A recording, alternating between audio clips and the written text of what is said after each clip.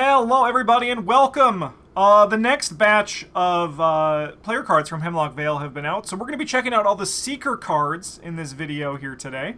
I haven't seen any of these cards. Oh, well, I haven't seen the new cards. I've seen, like, Chemistry Set, Dr. Charles West III, and Microscope before, but otherwise, these cards are all new. There is a link to this website that I'm on down in the description.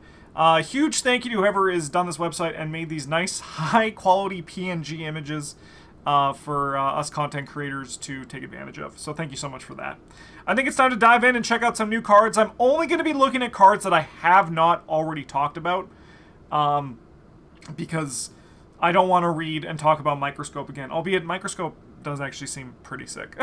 Not gonna lie. Not gonna lie. Okay. We've seen all these. Testing Sprint. Okay, so there's a lot of these double cards here today. So this is an insight and a double. A one-cost event that commits for everything but a fist. It commits for the Eureka symbols. As additional cost to play Testing Sprint, spend an action. Investigate. One at a time, yes, hello, hi. One at a time, investigate your location, each connecting location once each in ascending order of Shroud until you either fail to investigate or successfully investigate each eligible location. Whoa, okay. What the heck? Let's see if I can comprehend this. So one at a time, investigate your location and each connecting location once in each ascending order of Shroud until you either fail to investigate or successfully investigate each eligible location.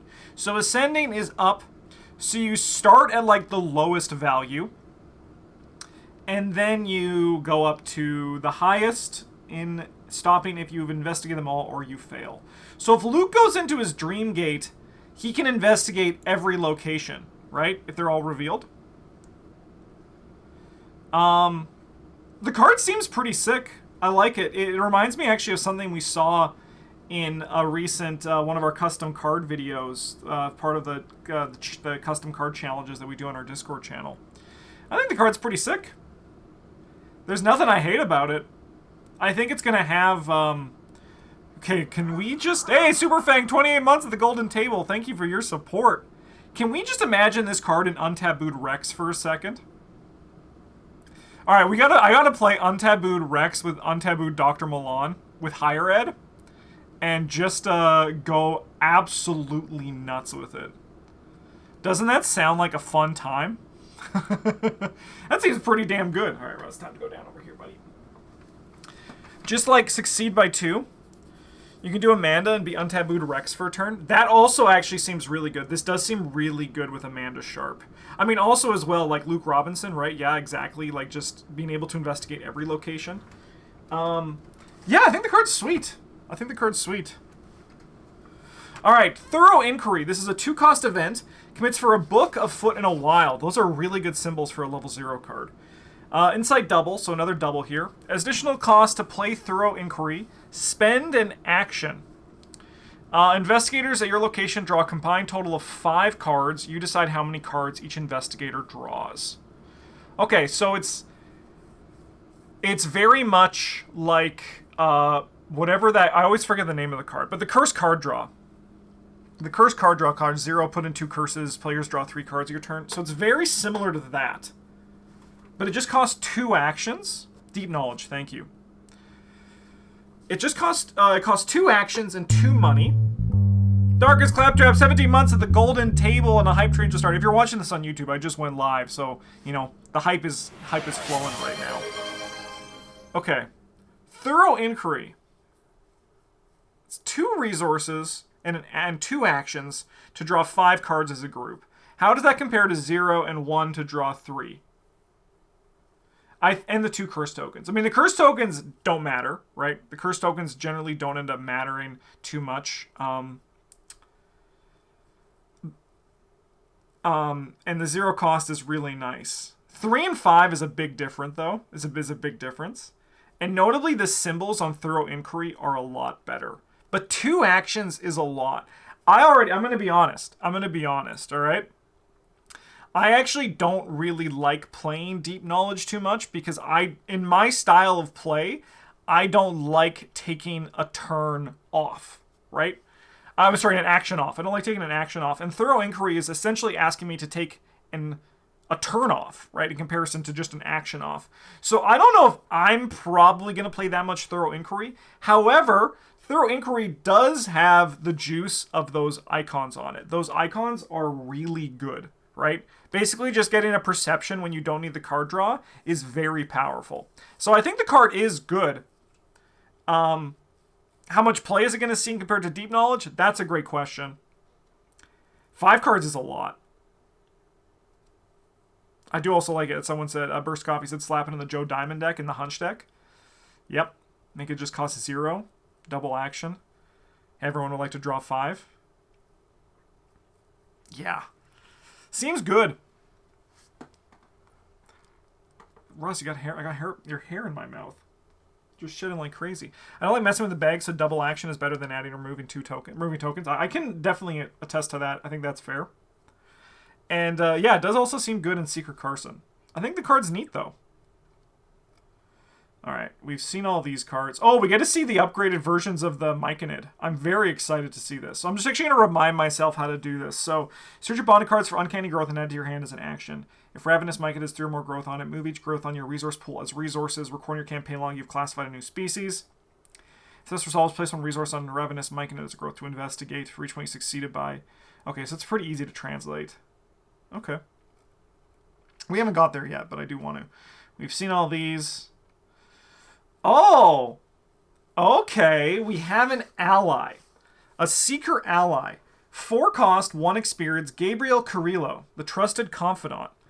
2-1, and takes up the ally slot. Helping you is easier than teaching my students geometry. Ally Scholar Cursed. You get +1 book, and at the start of your turn, add a curse token to the Chaos Bag to draw a card. Wow, that's actually really good. That's actually a very good card. Wow.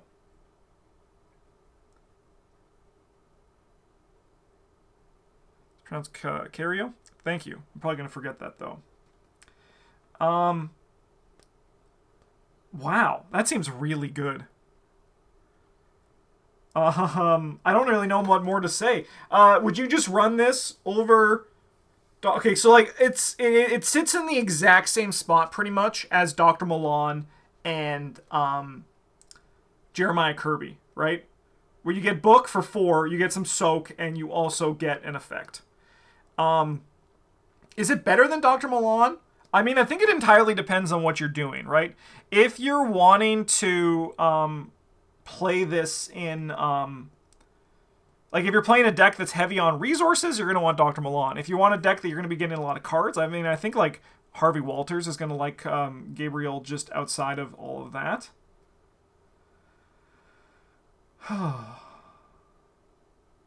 Card seems sick though, you know. I don't know how much you would. I mean, it's not forced, right? It's a reaction. So if you don't want to add curse tokens, or if you don't want to, draw a card because your hand's full, you do not need to actually use his ability, which is kind of sick. I love it. I think the card's sick. I think that's a good card. I think, like, you know, spoil Gabriel as opposed to throw the book at them, and I think we would have had a much spicier,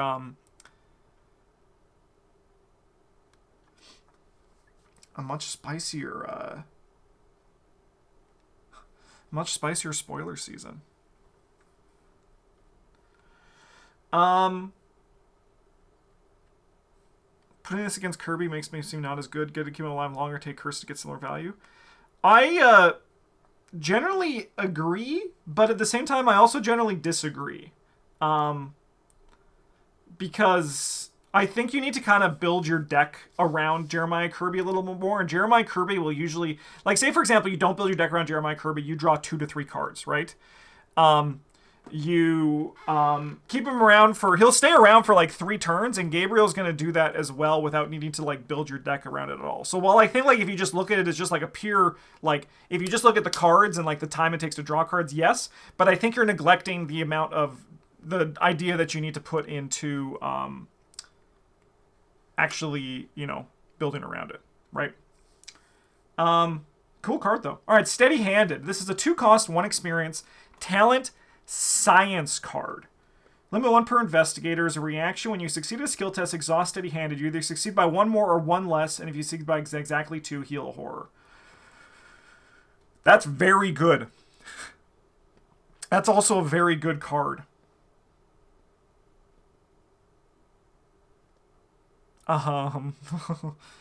Yeah, that seems pretty sick.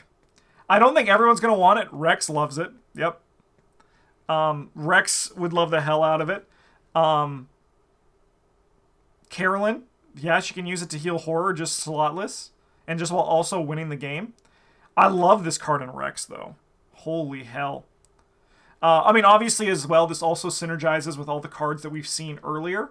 So I think like this gives like the Charles West a nice home as well. Makes Chemistry Set more consistent, which I think is really cool. Yeah, I think I really dig the card. You can use Steady-Handed with Katana if you're Roland or Joe. That does sound like a very fun, janky build-around for sure.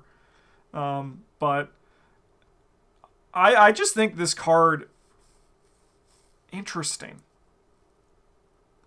I think it... I mean, I'm like, yeah, there's all these tricks, but even just, like, passively healing horror, is that worth 1 experience in a deck slot? If that's your only way of healing horror, probably not. You need some other synergy to, like, take advantage of it on top of that. But I think the effect on this card is really damn nice. I think the flavor text, there's flavor text on a lot of cards, and I think I like it overall. A Nick can be the difference between life and death. I really like that. Haven't played with any of the Curse Bless cards yet. Is it good to have 1 player using each, or could I have multiple characters using them? I mean, I guess it depends on how much you're building around protecting around Curse or taking advantage of Bless would change the answer to that question, right? Because if it's just you, you probably... I mean, I'm on the opinion that if you're playing Bless Curse, you need a way to manipulate or mitigate the problems, especially if you're going to be adding a lot. So my answer is it's complicated. Yeah, I was also thinking, never have their downsides at the edge of the earth spells. Yeah, I mean, I just think like the passive heal horror, I think, is better than... Like, you run this as a 1-of pretty easily. I mean, you only get limit 1 per investigator, but it does have 2 relevant symbols to commit for. I think it really helps Chemistry Set and Charles West, though. I mean, obviously helps this stuff as well. Cool card. I'm liking these Seeker cards so far. All right, Esoteric Method. So, fun fact, I'm pretty sure this is this art is for the character that becomes Amaranth in the traditional Call of Cthulhu Arkham Files stuff. Rainlings, thank you so much for the subscription. Welcome to the goddamn table. It's a pleasure to have you. The golden table, rather. All right, Esoteric. This has 4 symbols, so it's competing with Promise of Power. Practice Cursed. After this cost ends, add 1 Cursed token to the Chaos bag for each point the performing investigator either succeeded or failed by. Interesting. It's practiced and cursed.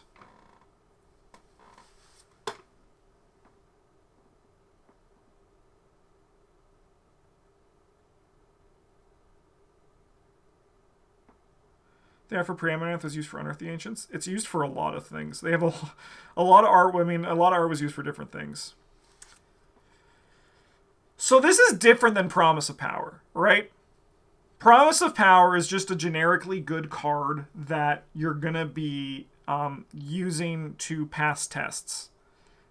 Esoteric Method is a curse card, right? You're actually putting this in your curse deck to add curse tokens into the bag, right? So, like, I don't think comparing them 1 for 1 is a reasonable comparison. Would I run Esoteric Method? Where would I run this? I mean, in a curse deck, right? That's kind of like the home for it, right? It's been a late game. Late campaign, I've got some XP to Sphere card. Maybe. I personally would probably take Fae over it if I was looking at it. Because, like, if you don't have a curse plan for those curse tokens, like, you could potentially get, like, 8 curse tokens in the bag, potentially. Tony Curse. Okay, that's talking. Like a rogue could take it for only brain tests. That's interesting as well. But wouldn't most of them just want Savant instead in comparison? Like Promise Power, this is another water protection described. Why would I not want to run it? I don't like. Let's just say, for example, you're testing 3, and you're like, I'm gonna commit my esoteric method to go to 7, and then you draw the +1. Adding 5 curse tokens is not worth it for that, right? I don't think it's just a generic auto include as like a skill that's going to, because Promise of Power, it's good because like there's no downside, right? This could just like absolutely fuck everything up if you're not planning for the curse tokens. I think it's going to be one of those things that it's a bit too swingy to be consistent, and general people aren't going to want to include this. Or at least, rather, let me just say, good deck builders probably aren't going to want to include this unless they're taking advantage of the curse tokens, right? True, but also curses aren't real. All right. Curses aren't real if you're adding 2 in for a Faustian bargain. But if 3 people play a Faustian bargain, suddenly those curses are a little bit more relevant. There's the context of what a curse token is. 2 curse tokens for an effect is pretty minor, right? 6 curse tokens for an effect is not minor, right? What happens if you run out of curses? This doesn't do anything.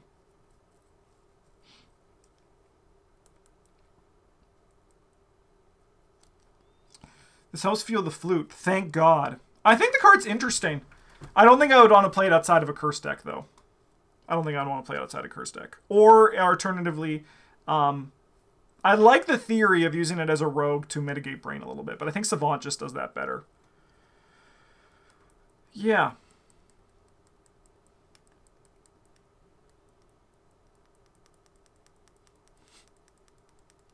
Here's the juice. Goose. So Gias, never commit this, add all the curse, then draw all the curse cards. To draw all the curse. Seems like a winning strategy. I like the card though, it's interesting. Alright, Confound. This is a 2-cost insight trick event, 3 experience. Parlay. Choose an enemy or location and test book X where X is the chosen enemy's evade value. If you succeed, discover 2 clues at your location. Then if the chosen enemy is non-elite, automatically evade it. It does not raid during the next upkeep phase. So Parlay. Choose an enemy location and test book X where I read the card, but I don't get the card through my thick skull. Where X is the chosen enemy's evade value. If you succeed, discover 2 clues at your location. Then if the chosen enemy is non-elite, automatically evade it. Does not ready. So it freezes them. I think the freeze, I do appreciate the devs committing to freeze more on this. I think freeze is like makes evade more relevant, which is great. Yeah, card seems good, right? I don't know if you're going to play it so much, but the effect is nice. The effect is nice. There's an upgraded microscope I see sneaking at the bottom. I don't have much to say about Confound. Card seems good. Card seems good. Will I play it a lot? Probably. The effect is really nice, right? You get to use your book to evade. I dig it. Cool card. Alright. Upgraded microscope. So this is level 4. 2 cost.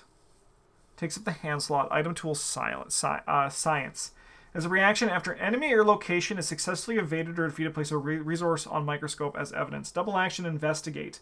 You get +2 book for this investigation for each evidence on microscope to a max of +6. If you succeed, you may spend up to 3 evidence to discover that many additional clues to your location.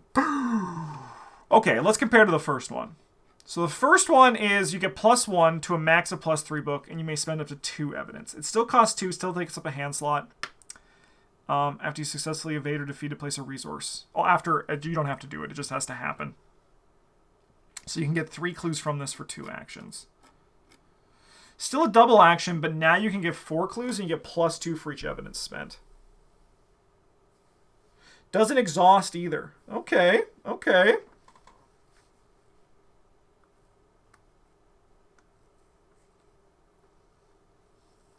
Yeah. Yeah. So, I think Microscope's a good card. I think the upgraded version is also really nice.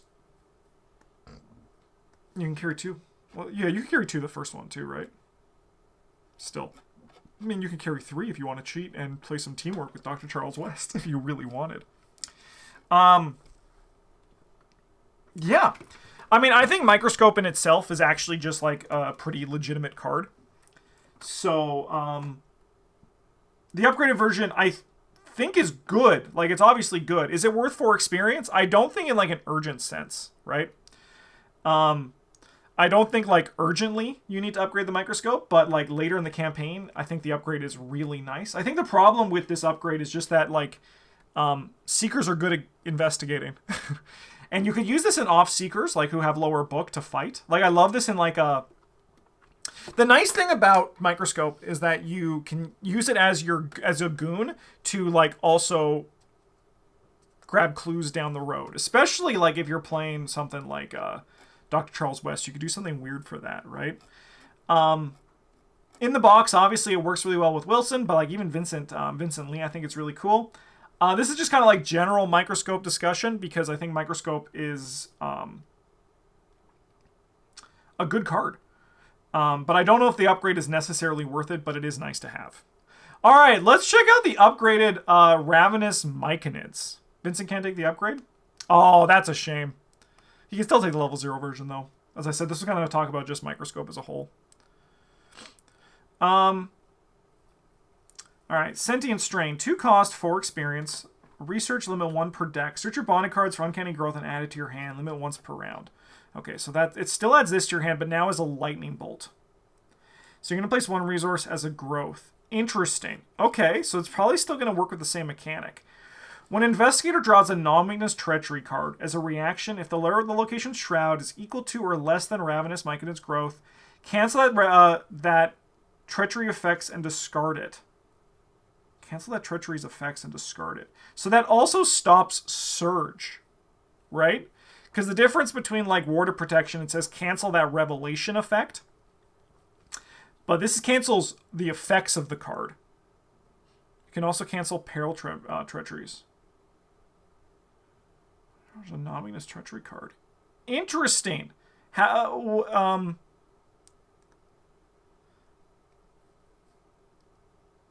So what allows you to interact with the Peril then? Because it cancels Peril?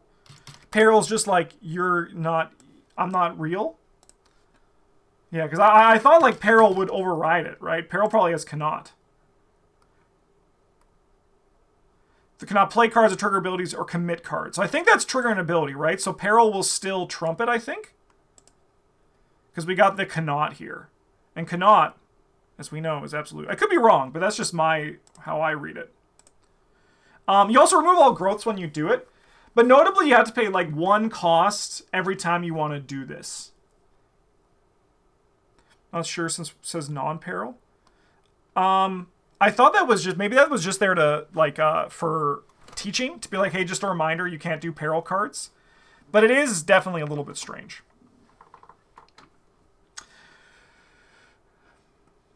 Where it says non-weakness. Is there something that says...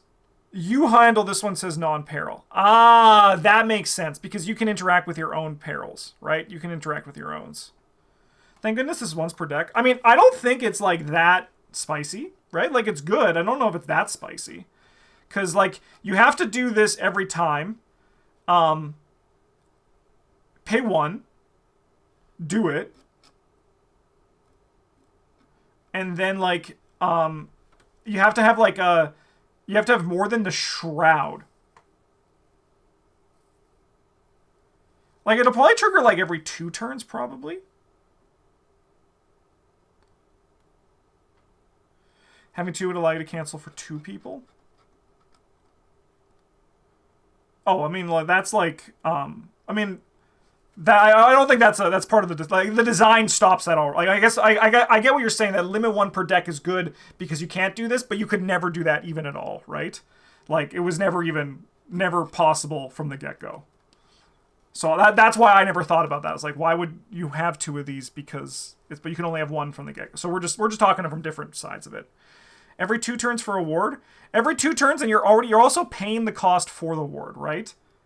You're paying the cost for the uncanny growth. You also need to be on a location that it triggers, and that also you are advancing the game, right? You also still get the clue while you're doing it as well, which does make it a lot nicer. I think the card's good. I don't think it's crazy, though. I think it's a good effect. I think, once again, if like in a perfect world, this is going to trigger all the time, but Arkham doesn't necessarily always provide you with a perfect world. All right, Ravenous Myconid Carnivorous Strain. 2 cost, 4 experience. Research limit 1 per deck. Search your body cards for uncanny growth and add to your hand. Choose a non-elite enemy or location with equal or fewer remaining health than the amount of growth on Ravenous Myconid and defeat that enemy. Remove all growth from Ravenous Myconid. I like this more than the other one. I think this is stronger. This will just save you on so many actions. Whoo! It's a cool card. I like it. I like the flavor of these. And he also likes the flavor of ghouls, right? It's fast, right? Yeah, exactly. Just fast, defeat an enemy. Very powerful effect. Take that, Mindless Dancer. I like it. Cool card. All right, Nurturing Strain. Once again, 2 costs, 4 experience. Search your body cards for uncanny growth and add it to your hand. Limit once per round. Remove all growth from Ravenous Myconid. Either heal them at damage from damage and horror from Raven. Oh, this motherfucker soaks for 3 and 3 now. Either heal that much damage and horror from Ravenous Myconid, or move that much damage or horror from investigators or allies assets on your at your location to Ravenous Myconid.